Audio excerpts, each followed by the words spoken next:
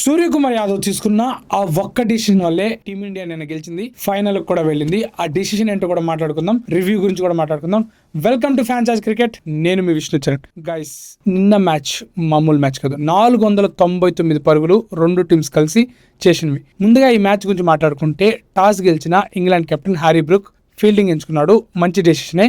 కానీ సూర్యకుమార్ యాదవ్ నేను కానీ టాస్ గెలుచుంటే బ్యాటింగ్ తీసుకునేవాడిని అన్నాడు. ఇది చాలా షాక్ గురిచేసింది. ఎందుకు అంటే వాన్ఖేడే గ్రౌండ్లో చేజింగ్ చేయడం చాలా ఈజీ, అలాగే డ్యూ కూడా ఉంటుంది కాబట్టి చేజింగ్ చేసే టీమే ఈజీగా గెలుస్తుంది. కానీ సూర్యకుమార్ యాదవ్ టాస్ గెలిస్తే బ్యాటింగ్ చేస్తాను అన్న డిసిషన్ మటుకు ఇప్పుడు కూడా షాకింగ్ గానే ఉంది. ఇక హ్యారీ బ్రూక్ టాస్ గెలిచి బౌలింగ్ ఎంచుకున్నాడు. Indian opener Sanju Samson, Abhishek Sharma batting వచ్చారు. అభిషేక్ శర్మ ఎప్పట్లాగే మళ్ళీ డిసప్పాయింట్ చేశాడు. అది కూడా right arm off spinner bowling లో క్యాచ్ ఇచ్చి అవుట్ అయిపోయాడు. తర్వాత ఇషాన్ కిషన్ వచ్చాడు. ఇషాన్ కిషన్ వచ్చినప్పటి నుంచి కూడా తన ఇంటెంట్ ని కంటిన్యూ చేస్తా ఉన్నాడు. ఇక సంజు శాంసన్ విషయానికి వచ్చేస్తే లాస్ట్ మ్యాచ్ లో ఎక్కడ ఆపాడు అక్కడి నుంచి కంటిన్యూస్ గా బ్యాటింగ్ చేస్తూ అద్భుతమైన ఫ్రీ ఫ్లోయింగ్ షాట్లతో, ముఖ్యంగా జోఫ్రా ఆర్చర్ ని పుల్ షాట్స్ అయితే చాలా బాగా ఆడాడు. జోఫ్రా ఆర్చర్ పైన తన రికార్డ్ అయితే చాలా వర్స్ట్ గా ఉంది. 5 మ్యాచ్ల్లో 3 సార్లు అవుట్ అయినాడు. కానీ ఆ రికార్డ్స్ అన్నిటి పక్కన పెట్టి నిన్నటి మ్యాచ్లో అద్భుతమైన ఇన్నింగ్స్ ఆడాడు. తర్వాత సూర్యకుమార్ యాదవ్ నెంబర్ 4లో రావాలి ఎప్పుడైతే Ishan Kishan left handed batsmen out అయిన తర్వాత. కానీ రైట్ అండ్ లెఫ్ట్ కాంబినేషన్ కోసం లెఫ్ట్ హ్యాండెడ్ శివం దుబేని ముందు పంపించారు. అది కూడా ఆదిల్ రషీద్ని టార్గెట్ చేయడానికి. మనకి బుమ్రా ఎలాగో ఇంగ్లాండ్కి ఆదిల్ రషీద్ అలాగా. ఆదిల్ రషీద్ ఒక అద్భుతమైన స్పెల్ కానీ వేస్తుంటే మన టీమిండియా స్కోర్ 220 నుంచి 230 మధ్యలో ఆగిపోయి ఉండేది. 230 కానీ మనం బోర్డు మీద కానీ పెట్టుంటే ఏం జరుగుండేది అనేది మీకు ఈ పాటికి అర్థమైపోయి ఉంటుంది. సో కానీ ఆదిల్ రషీద్ని అద్భుతంగా ఆడాడు శివం దుబే.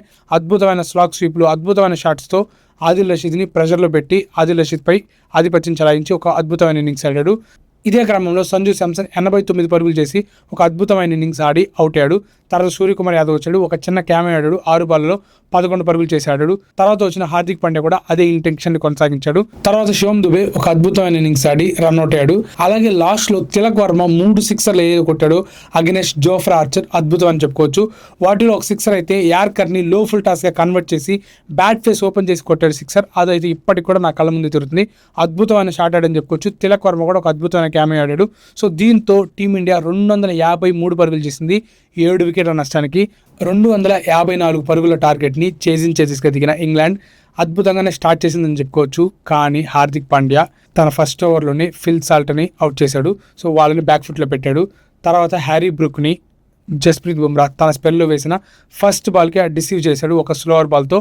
కానీ ఖచ్చితంగా మనం మెచ్చుకోవాలి అక్షర్ పటేల్ని. ఒక అద్భుతమైన క్యాచ్ వెనక్కి పరుగెడుచు వెళ్ళి మరీ పట్టాడు. సో ఈ క్యాచ్ చాలా క్రూషియల్ అని చెప్పుకోవచ్చు ఈ మ్యాచ్లో.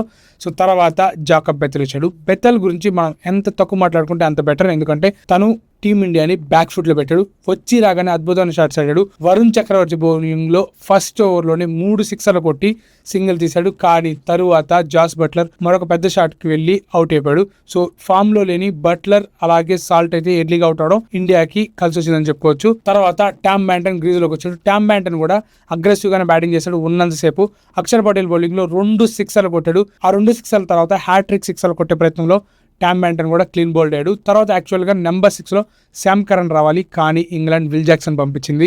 ఎందుకంటే టార్గెట్ పెద్దది కాబట్టి. విల్ జాక్స్ కూడా అద్భుతమైన ఇన్నింగ్స్ ఆడాడు. వచ్చి రాగానే బౌలర్స్ మీద విరుచుకుపడ్డాడు.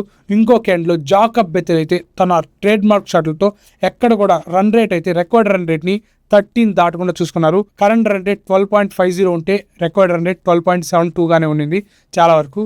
ఇదే క్రమంలో హర్షదీప్ వేసిన ఒక వైడ్ లో ఫుల్ టాస్ని, ఇదే క్రమంలో హర్షదీప్ సింగ్ వేసిన లో ఫుల్ టాస్ని స్లాష్ చేశాడు విల్ జాక్స్. అక్కడ ఒక అద్భుతమైన క్యాచ్ అక్షర్ పటేల్ నుంచి పరిగెత్తుకుంటూ వెళ్ళి క్యాచ్ పట్టి ఆ క్యాచ్ని శివం దుబే వైపు వేసిరేసి బౌండరీ లైన్లో పడిపోయాడు. సో దీంతో విల్ జాక్స్ అవుట్ అయ్యాడు. అందరూ ఊపిరి పీల్చుకున్నారు. సో ఖచ్చితంగా ఈ వికెట్ కానీ పడుకుంటే, ఆ క్యాచ్ కానీ తీసుకోకుంటే ఈరోజు రిజల్ట్ వేరేలా ఉండేదని మనందరికి కూడా తెలుసు. సో ఆ తర్వాత శామ్ కరన్ వచ్చాడు. శామ్ కరన్ బ్యాట్తో పెద్దగా ఏం ప్రూవ్ చేసుకోలేపాడు. ఇన్ఫ్యాక్ట్ ఈ మ్యాచ్కి ముందు ప్రెస్ కాన్ఫరెన్స్లో ఇండియన్ టీమ్ని సైలెంట్ చేస్తా అని చెప్పాడు. అలాగే బాల్తో అలాగే బ్యాట్తో కూడా శామ్ కరన్ రాణించలేపాడు. కానీ ఇంకొక ఎండ్లో జాకబ్ బెతెల్ అద్భుతమైన షాట్లతో మ్యాచ్ని ముందుకు తీసుకెళ్తూ వచ్చాడు.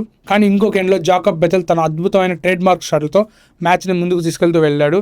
కానీ జస్ప్రీత్ బుమ్రాని సూర్యకుమార్ యాదవ్ చాలా తెలివిగా యూజ్ చేశాడు. లాస్ట్ వరకు వెయిట్ చేయకుండా 16వ ఓవర్ అలాగే 18వ ఓవర్ జస్ప్రీత్ బుమ్రా చేతే వేయించాడు. 16వ ఓవర్లో 8 పరుగులు ఇచ్చాడు జస్ప్రీత్ బుమ్రా. అలాగే 18th ఓవర్లో 6 పరుగులు ఇచ్చాడు. సో దీంతో మ్యాచ్ సీల్ అయిపోయిందని చెప్పుకోవచ్చు. కానీ లాస్ట్ ఓవర్ ఎవరు వేస్తారు అక్షర్ పటేల్ వేస్తారా, శివం దుబే వేస్తాడా? ఇన్ కేస్ లాస్ట్ ఓవర్లో 20 నుంచి 25 పరుగులు ఉంటే ఖచ్చితంగా చేసేస్తారని టీమిండియా ఫ్యాన్స్ కూడా అనుకుంటా ఉన్నారు.